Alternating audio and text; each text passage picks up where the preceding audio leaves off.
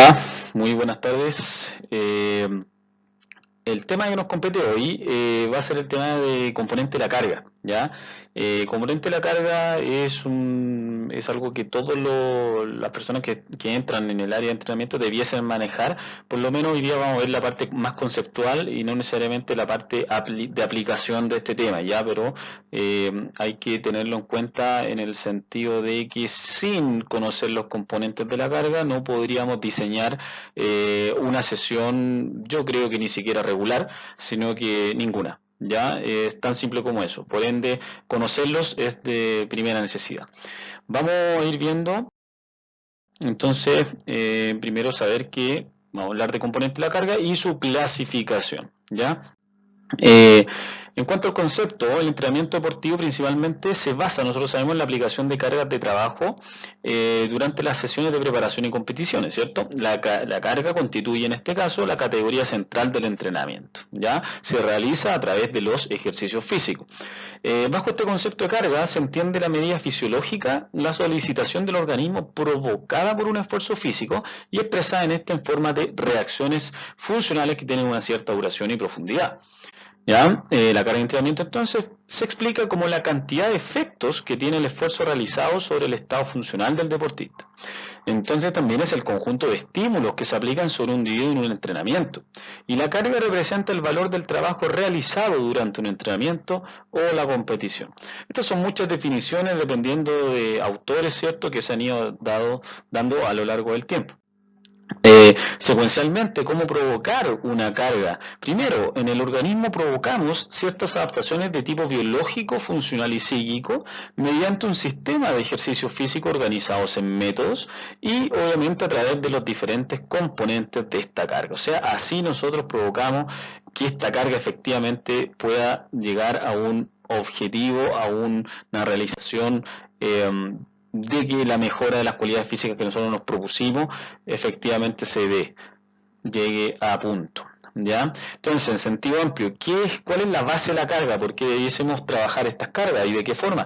La confrontación del deportista con los requisitos físicos, intelectuales y psíquicos exigidos por el entrenamiento y la confrontación con su objetivo, el incremento de la prestación deportiva. O sea, todo esto a nosotros nos dice que obviamente debiésemos estar trabajando en niveles de carga que sean lo más parecidos, ¿cierto?, a los niveles que nos vamos a encontrar en las competiciones. ¿Ya? Los tipos de carga principalmente son dos, ya tenemos la carga externa o la carga física, son todos aquellos datos, indicadores de trabajo realizado, cuantificados por medio de parámetros, ¿cierto?, que señalan cantidad y calidades mismos, o sea, horas, kilómetros, ejercicio, velocidad, se halla cuantitativamente, principalmente mediante los componentes de la carga, que son duración, volumen, intensidad, densidad y descanso, ya, los que Navarro los llama la magnitud de la carga. Mediante estos componentes podemos establecer una clasificación de estas mismas y obviamente orientarlas, ¿cierto?, hacia el desarrollo de una determinada capacidad condicional, posibilitando así la planificación de nuestro trabajo. En cuanto a la carga interna fisiológica, este es el efecto de la carga que tiene la carga externa, ¿cierto?, sobre el organismo. Se caracteriza por el nivel de reacciones biológicas, ¿cierto?, que provocan en los sistemas funcionales. Entonces, son las modificaciones que se producen como consecuencia de este trabajo a nivel fisiológico, bioquímico o también morfológico. O sea, cambio en el tipo de fibra, aumento de la masa muscular, la pérdida de grasa, ¿cierto?, ciertos cambios hormonales. Por ende, la carga interna ayuda a decidir a nivel adecuado, ¿cierto?, de trabajo, permite apreciar su adaptación y juzgar por el efecto sobre el nivel de entrenamiento, comparando la reacción del organismo ante distintas cargas externas. ¿Qué es lo que nosotros podemos medir generalmente en laboratorio? O también, por ejemplo, la frecuencia cardíaca la podemos medir con un pulsómetro, lo podemos medir en cancha, ¿cierto? Algo mucho más simple, pero que obviamente que si no nos sirve tanto la frecuencia cardíaca para medir lo que yo quiero, mi objetivo de trabajo, voy a tener que decantarme por otras que sean tal vez más complejas o tal vez mediante algunos tipos de test. Entonces la carga externa principalmente es lo que yo planifiqué y la carga interna sería lo que provocó este entrenamiento, ya lo que este entrenamiento a mí yo realicé una cierta cantidad de peso, una cierta cantidad de series con repeticiones, ¿cierto?, con cierta cantidad de peso, disculpa, y eso provoca al final una carga externa que se puede traducir, por ejemplo, en un incremento de masa muscular. ¿Por qué no?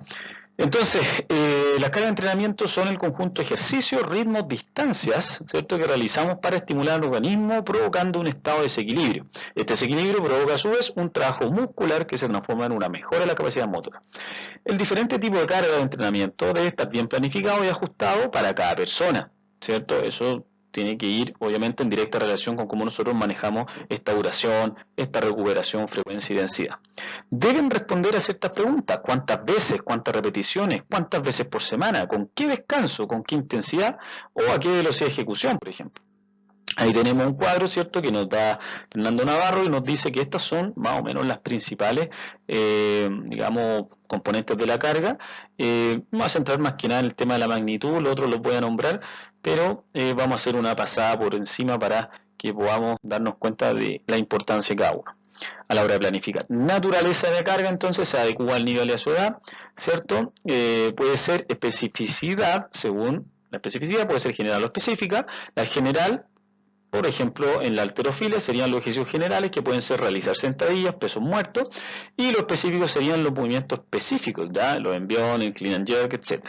El potencial de entrenamiento también tiene que ver con la naturaleza de la carga, que puede ser la forma en que la carga estimula la condición del deportista. O sea, puede ser una carga entrenante, no entrenante, una carga de mantenimiento, de recuperación, o una carga excesiva que pueda desembocar en un sobreentrenamiento o en una fatiga muscular.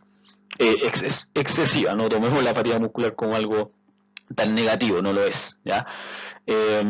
Magnitud de la carga, entonces, intensidad, volumen, densidad, duración principalmente. La intensidad es uno de los componentes más importantes del aspecto cualitativo, ¿cierto?, que se ve el grado de esfuerzo realizado, en la relación entre el nivel de trabajo realizado y su valor máximo posible para una persona determinada. Por ejemplo, a la hora de hacer pesas, si tu capacidad máxima es levantar 50 kilos, estás entrenando con 40, estarás trabajando a una intensidad del 80% de tu RM, ¿cierto? Para conocer, obviamente, estas posibilidades de cada capacidad, debemos realizar ciertas pruebas de gimnasio, en este caso, como acabo de nombrar, el RM, o también manejar el RIR, que ya vamos a hablar en otra oportunidad. Por ejemplo, para medir la fuerza máxima es necesario contar con máquinas o aparatos que permitan ir aumentando el kilaje a desplazar por la persona hasta alcanzar un valor que ya no puede soportar o mover. En el caso de la resistencia aeróbica, la intensidad de entrenamiento deberá generalmente ser a una frecuencia cardíaca segura de nuestras zonas aeróbicas, ¿cierto?, en relación a nuestro a nuestra frecuencia cardíaca máxima, ya sea obtenido mediante las ecuaciones básicas de Carbonen o bien algunas otras que sean un poquito más específicas. En estos momentos ya contamos con pulsómetros que nos pueden dar digamos, variables bastante precisas, digamos, de lo que es nuestra frecuencia cardíaca máxima.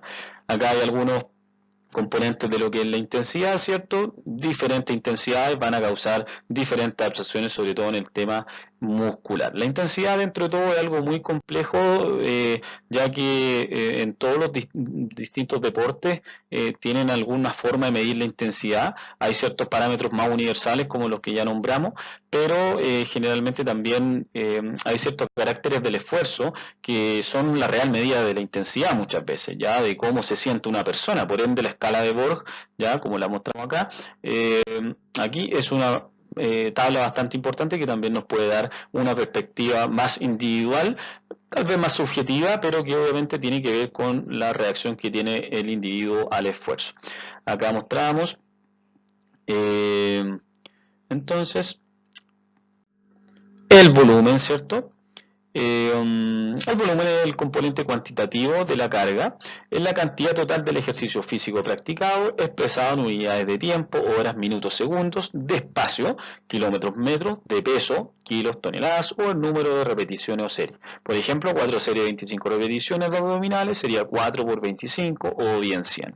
Aumentando progresivamente el volumen, se consigue a lo largo plazo una adaptación al ejercicio físico. Recuerden que generalmente estos dos componentes, tanto la volumen como la intensidad, son inversamente proporcionales. Sube el volumen, yo debo bajar la intensidad. Sube la intensidad, debo bajar el volumen, sobre todo, por ejemplo, en trabajos de pesas, ¿cierto?, en trabajos que requieren un alto esfuerzo. No es posible mantener este trabajo muscular por un alto volumen de tiempo sin necesariamente caer en la fatiga o en ciertos errores de trabajo que pueden provocar al final lesiones y un deterioro en el entrenamiento. La duración tiene que ver al tiempo que dura esta actividad, depende básicamente del contenido de trabajo a realizar y del objetivo previsto. Se cuantifica principalmente por unidades de tiempo, horas, minutos o segundos, ¿cierto? Cada estímulo tiene una duración óptima, fuera de la cual ya no se desarrollan ciertos efectos perseguidos, o digamos, lo puede ser menor, puede ser mayor, pero que tal vez ya no tiene, digamos, el efecto que nosotros buscamos, por ejemplo, trabajar desde el punto de vista de la velocidad, ¿cierto? Si lo estamos enfocando en un esfuerzo de tipo anaeróbico al láctico y pasarnos, por ejemplo, los 30 segundos, ya no estaríamos dentro, o de los 30 a 40 segundos, tal vez no estaríamos ya dentro de ese rango de trabajo. Por ende, hay que tener consideración también de las vías tanto metabólicas como de zonas de entrenamiento. La frecuencia que tiene que ver principalmente con la cantidad de veces que una persona trabaja dentro de una semana, que puede ser todo un microciclo, que puede ser tanto de, no necesariamente 7 días, sino puede ser un microciclo de 3 días, 9 días, pero cuántas veces yo trabajo dentro de esa semana, cuántas veces yo voy al gimnasio, cuántas veces yo efectivamente voy a cancha, ¿cierto? Y pueden ser más de una diaria, obviamente. Y la densidad, que es la relación entre el trabajo y la recuperación, o sea, es decir, entre las repeticiones de las series o ejercicios y el número de recuperación entre ellos, así como el tiempo destinado para cada cuestión. Una adecuada densidad asegura una eficacia óptima en la aplicación de las cargas y previene la adquisición de estados de sobreentrenamiento. Por ejemplo, 1 minuto de trabajo por 3 de descanso. Eso sería como una densidad de 1:3.